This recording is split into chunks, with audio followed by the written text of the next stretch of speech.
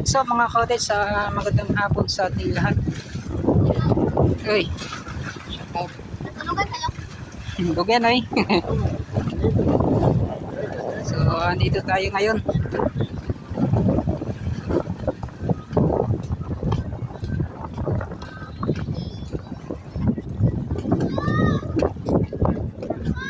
Yan.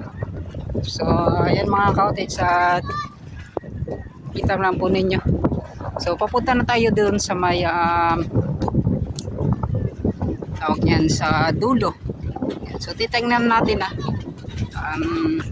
marami talaga nagsabi mga cottage, yung mga kapwa vlogger ko dito, sinasabi nila ay ngayong Disyembre talaga ay umpisahan na yung paggawa nitong Davao River Bridge. Ngunit alam naman natin, so ay sa pagkakaalam ko talaga mga cottage, itong ginagawang Davao River Bridge at Samal Island is IDC ay isa lang ata yung mga nagkuhan dyan, China din. So yun, yan o.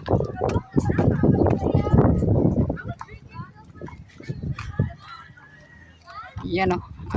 Dito naman, so ito natanggal na po yung mga kulay. So yan, i-retouch yan mga cottage. Sa pupunta tayo doon sa dulo. Yan.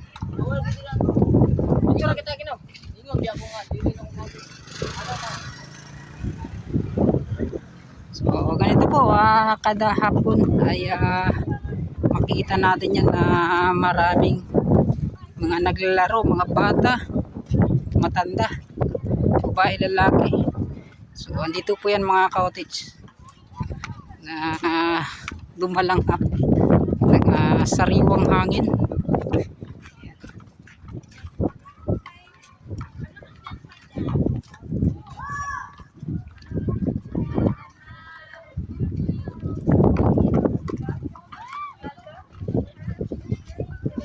Bus, pero ko yan.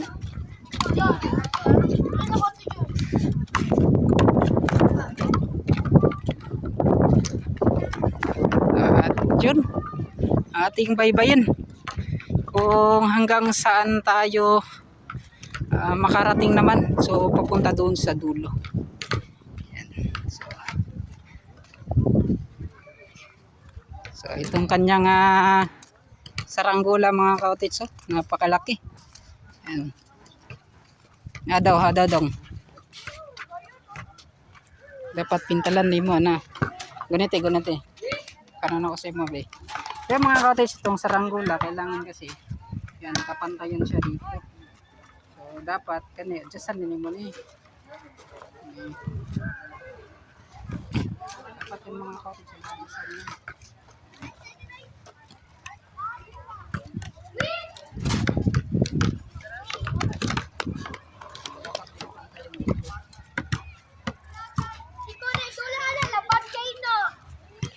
Ganda ka, unsan pagkuha na.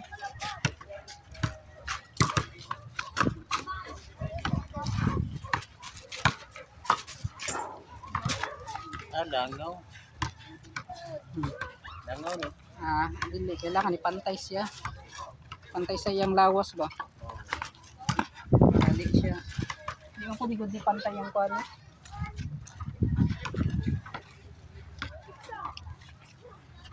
Di pantay mo, tabingi man na. Sa ulo.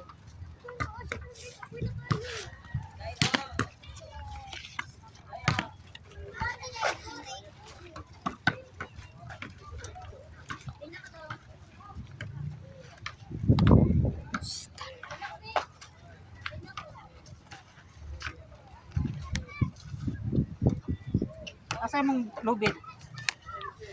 Gamay man na. Mabugto man na. Di mo na mabugto. Ha? Size man eh. Siya nag-ingon. Mabugto, antay na. Oh.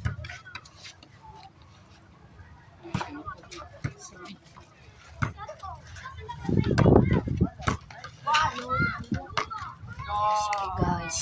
Sige video. Sige background.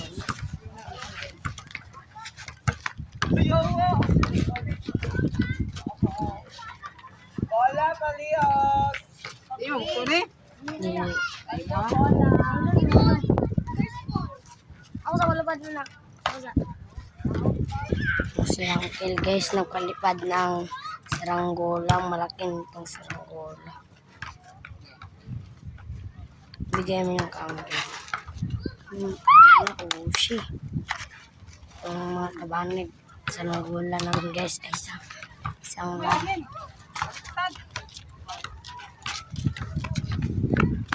Ito si Uncle lumilipad ng saranggola. Lumalayo si Uncle ng saranggola. Dito na yung saranggola.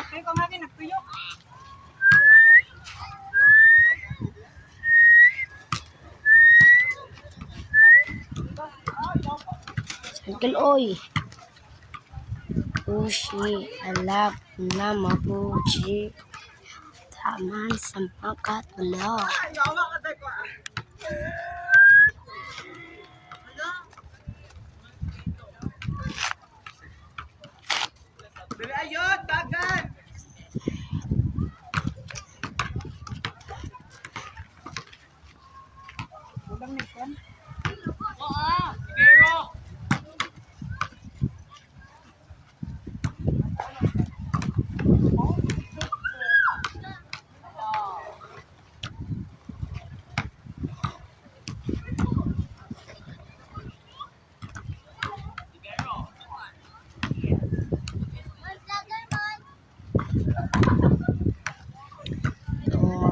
Guys, mayroon naglalaro dito ng volleyball. Naman si Uncle.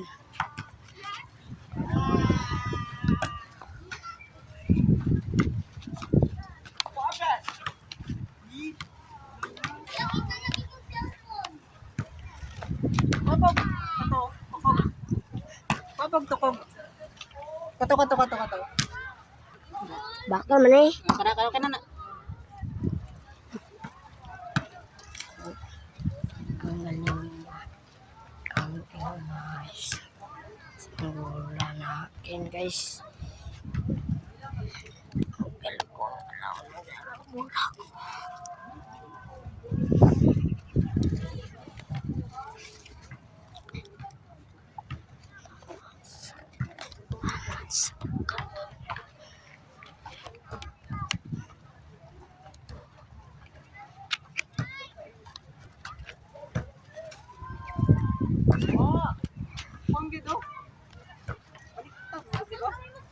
Nakuan. Ano siya ba? Mataas ba? Saan lang ba lubot? Kanang kuan. Ano siya ba? Kanang lubot? Kining kuan, kining kitangig. Tangig bukat sa lubot. Tangig bukat sa lubot.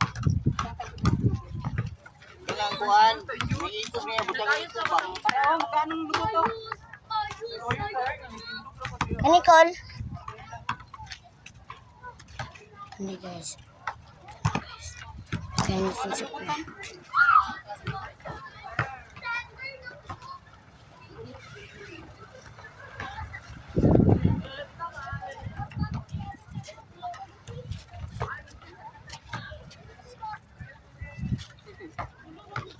Sikip, panang lubutan, gaan? Gaan lubot lagi. Ay, ikaw ka mo. Ipod na na eh. Ay, ka ng taas mga lubid. Kanang lubid, hindot. Ay, kanang kwan. Taas ka ba na eh? Silipin. Taas yun. Yun mga ka-cottage, at natagalan tayo dun sa pagplaster, pag-ayos ng antakan mga cottage ng saranggola ni Pepe.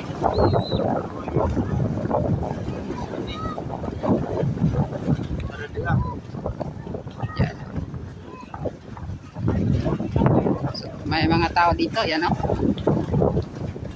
Yes, gabon. Yan.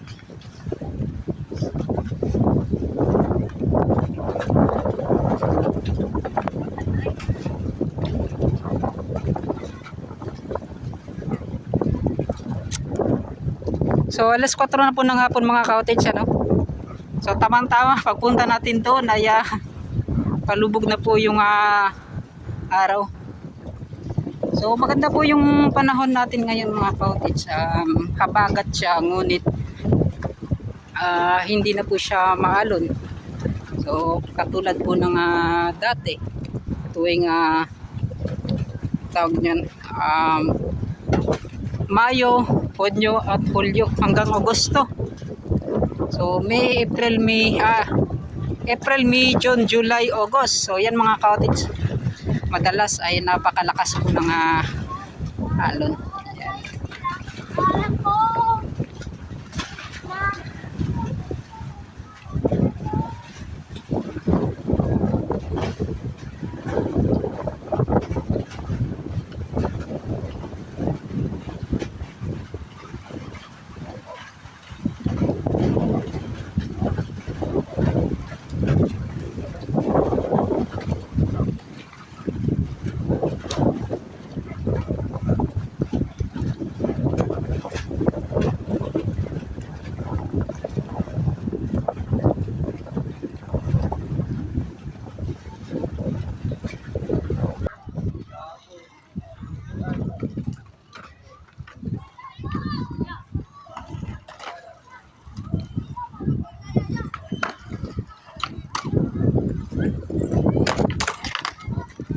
Yun o.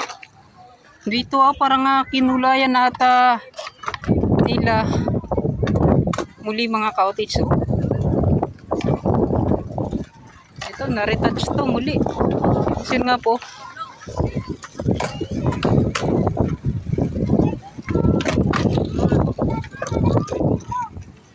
May mga bata dito. Naglalaro.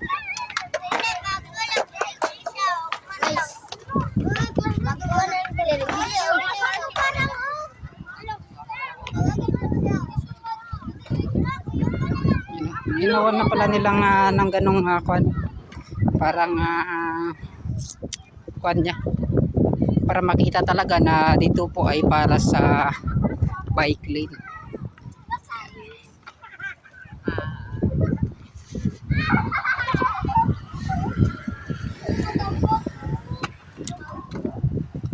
Sobrang layo pa mga cottage ang ating lalakarin niya, no.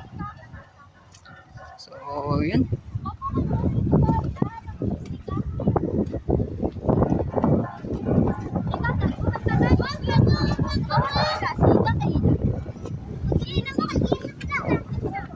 So kita nyo mga cottage, no, pababa po yan siya.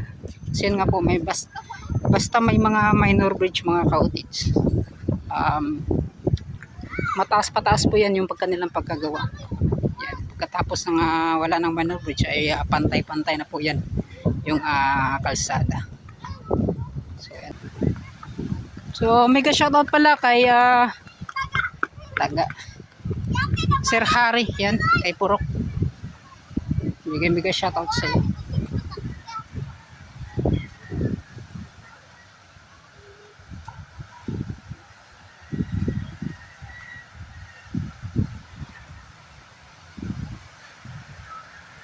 So yun, dala exercise na lang to mga cottage para pagpawisan po tayo ngayong araw.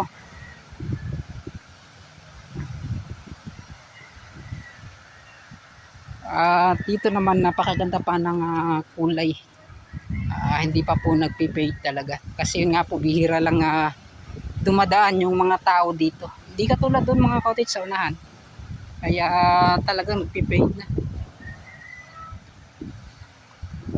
Araw-araw kasi yan yun tinatambayan ng mga tao.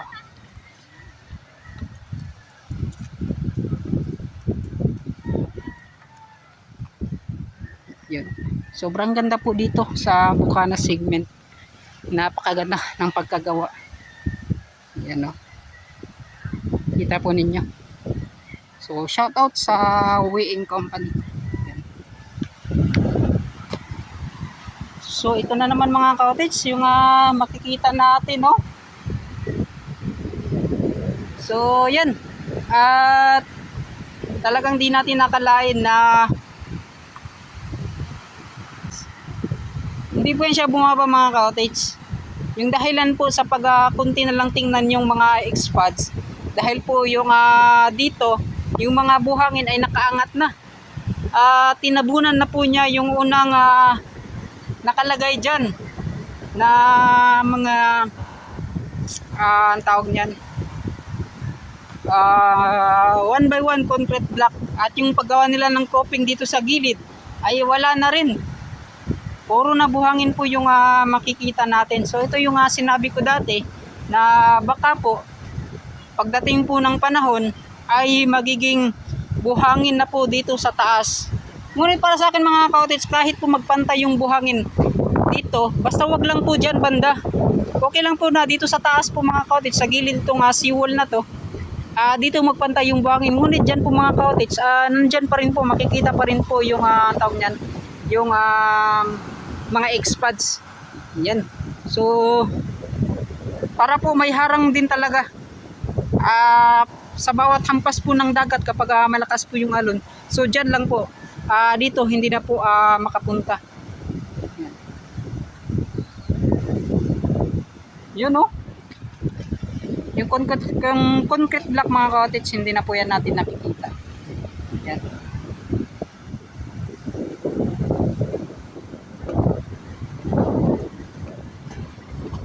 So dito naman ay yung concrete block niya ay nakikita pa natin. Yan oh.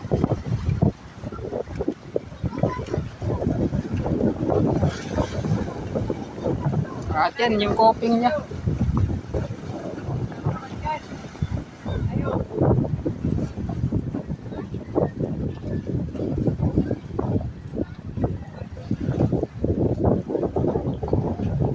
So dito naman ay nakadikit itong tawag niyan, itong expods sa seawall. So yun mga ka-cottage, at kunting-kunti na lang, malapit na tayo doon sa dulo. Muli ay ganun lang mga ka-cottage.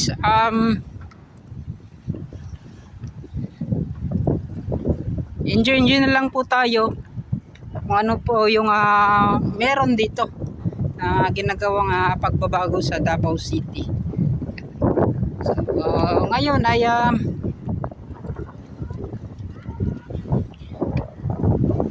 sana makahanap na talaga tayo ng ibang content maliban sa itong Davao Coastal Road.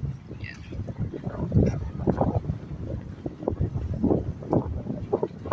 So itong wave deflector mga ka-cottage, ito pala ay precast po yung pagkagawa nila nito. Yan. So, 'di ba, makita natin yung iba ay sa hulmaan na niya. So dito na talaga ginawa. So ito ay precast. Kaya makita po ninyo na pantay na pantay talaga yung pagkagawa nito. Itong wave deflector. So maganda rin talaga yung precast. So nakadepende na lang talaga siguro sa gumawa, sa mga contractor, ano ba, kung paano yan nila ginagawa para mas matibay po. Yan.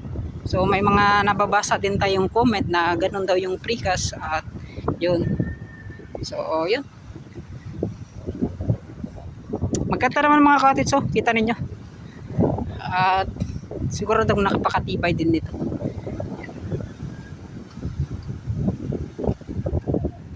Lalong-lalo na yung gumawa itong mga weighing company. Itong weighing company. Yan mga ka-cottage. So ito rin, dito banda, ayan o. So doon sa parang sa gitna na yan mga ka-cottage ay wala pang mga ganito. So, parang papunta na po yan yung buhangin para maging ganito na oh. So isang layer na ng exapods na kanyang matatabunan. At ilang buwan lang mga ka-cottage na yung buhangin ay nakapatong na po dito. Yan o. Sa itong coping na ginawa. Napaka-kan na mga ka-cottage. Kung titingnan mo, parang napaka mababa na siya. Hindi na katulad ng dati, parang mataas siya. Tingnan niya no. Parang hindi na siya nakakatakot tingnan dati. Yung mga ka-cottage, wala pa yung kapag gumawa ka dito sa baba. Nakakatakot kasi mataas siya mga cottage. Ngayon dahil sa itong may buhangin na parang umakyat talaga. Parang malapit na siya tingnan. Yan. Para sa akin mas maganda rin may buhangin din mga cottage kasi yun nga po kapag mahuhulog ka or may mga mahulog na tao, so diretso po sa buhangin. Hindi katulad ng yung coping na simento. So napakakan pa noon, napakadelikado. So sana wala rin ganun mga cottage na may mahulog. So para lang sa akin mga cottage, okay lang din na may buhangin dito. Yan. And then yan, isa rin sa mga nakita natin natatakpan. Yan oh. Itong paggawa ng paglagay po nila ng expads, parang 0-0 po yung makita natin mga cottage, parang takip na takip talaga. Mas lalong natatakpan po sa pagpunta dito ng dagat. Itong mga buhangin na nandito. Ayan. Mababaw lang dyan mga cottage na puntahan natin yan, yung napakalaking tawag na low tide hanggang doon pa sa unahan. So ngayon hindi natin na chichimpuhan mga cottage yung napakahabang low tide na. So dito na tayo at aakyat. Yun o, kita nyo mga cottage, stuntman. So palubog na po si Haring Araw at maya maya di na yan natin makikita. O kaya kita ninyo medyo madilim na po yung mga nakuha natin ngayon.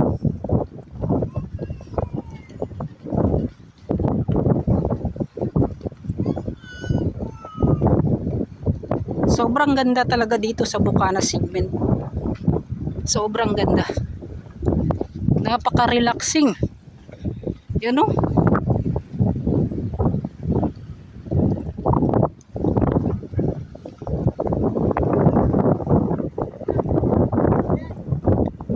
So yun mga cottage, andito naman tayo sa yung dito tayo magsimula, pinakaunang minor bridge dito. Yan.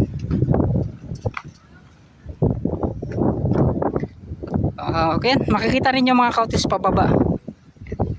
So siguro para sa akin mga cottage, isa sa mga dahilan kung kaya kapag may minor bridge na ganito kapag andito sa dagat ay kaya po nila pinataasan dahil po sa level ng dagat. So kailangan nilang mag-adjust, pinapataasan po yan nila para itong mga girder or mayroong mga dumadaan na yung mga bangka mga cottage, hindi po yung parang kunti na lang po yung adjust niya mga cottage, matatamaan na po ng dagat. So kanila po ay pinataasan talaga para po hindi po tatamaan kapag malakas po yung alon itong mga girder na nandito. So yan po yung mga nakita ko mga cottage dahilan.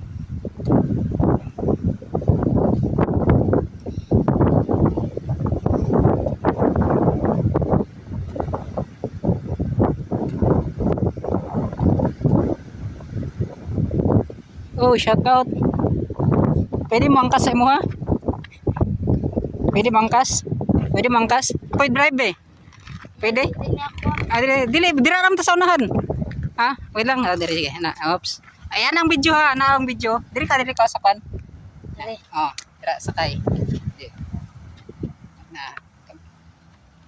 Oops, kabalo ba ako ma-drive? Ana. Oh. Okay. Oops, sa. Na, doon. Yan, video ya. So yung mga cottage, tara kita ninyo, nagbo-bike kami. At hindi ko kasi alam mga cottage kung marunong pa akong mag-bike. So ngayon, sige. Tinatry ko mga cottage. Yun. Say pangalan to Dong. Dudong. Si Dodong. Si Boss Dodong. So ipangkas na niya. Pero ako yung nag-drive mga cottage ha. So dahil salamat sa iya. So dapat ingana itong permanente ha. Pagtapon na ito. Matinabangon ta. So ingani si Boss Dodong unta pagtapon mga cottage ingani permanente. Yan. So, diretso tayo dito, Boss Dodong.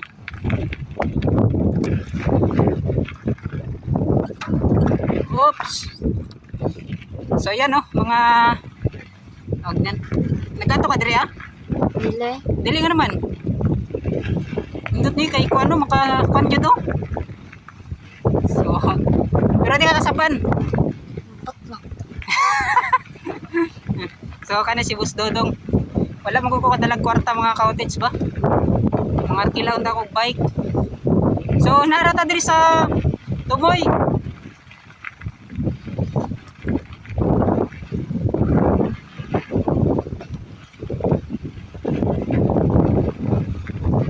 So, yan si Boss Dodong.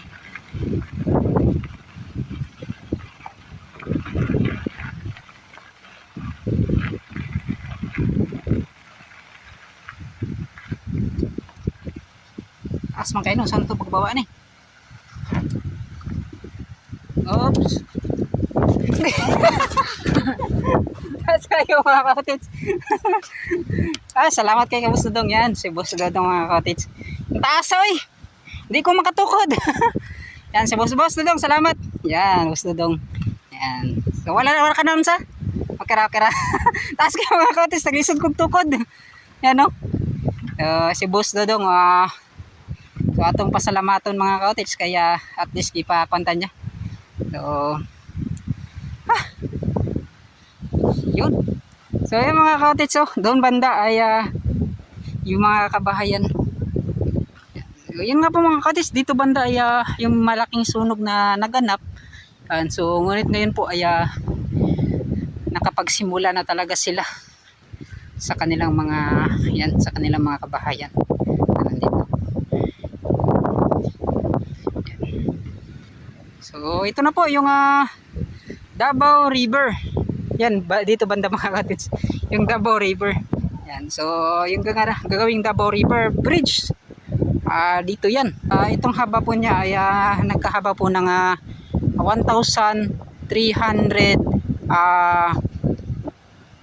340 meters.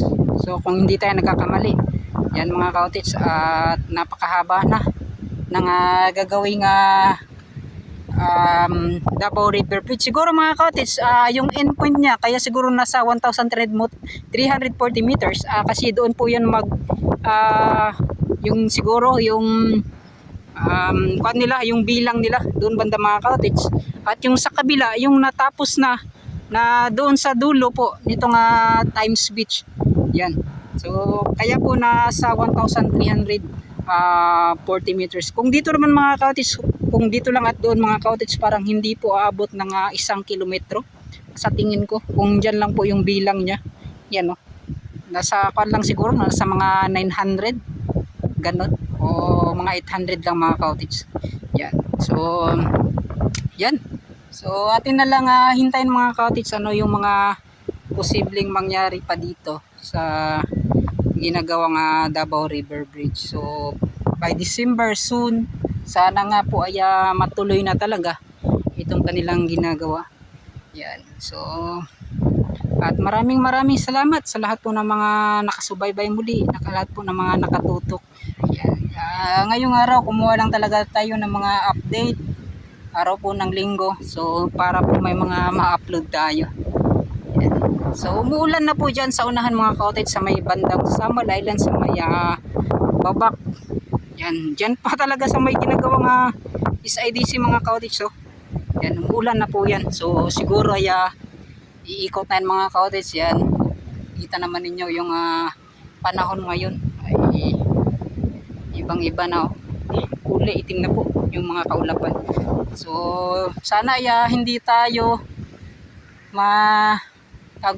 maabutan sa pag-uwi. Napakalayo pa naman ng ating lalakarin naman sa pag-uwi mga cottage. So sana kaya si Dodong, sana po ay makasakay tayo muli kay Boss Dodong. Yan. Natumba pa kami kanina mga cottage. At yun, so maraming salamat pala sa lahat ng mga solid supporters natin, solid viewers, solid subscribers.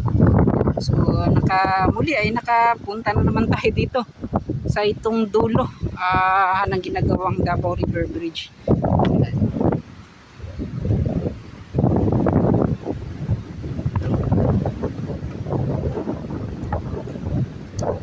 So malapit na po yung December, isang buwan na lang mga cottage, December na. So lahat po ay kanya-kanya na yung diskarte para sa yan sa Noche Buena nila. So lagi po tayong mag-ingat mga cottage. Lagi ko yung pinaalala sa inyo. Tayong lahat laging mag-ingat yan. At lagi po tayong manalangin. Yan, sa paragi po yung blessings araw-araw na dumadating. Hindi lang po yung blessings na pwede kang yumaman, may mga blessings din mga cottage na sa araw-araw mo ay lagi kang sagana at okay po yung healthy po yung katawan mo, yung pamilya mo. So yun po yung mga ibang blessings talaga na dapat din nating ipinapanalangin, hindi lang po yung puro pera.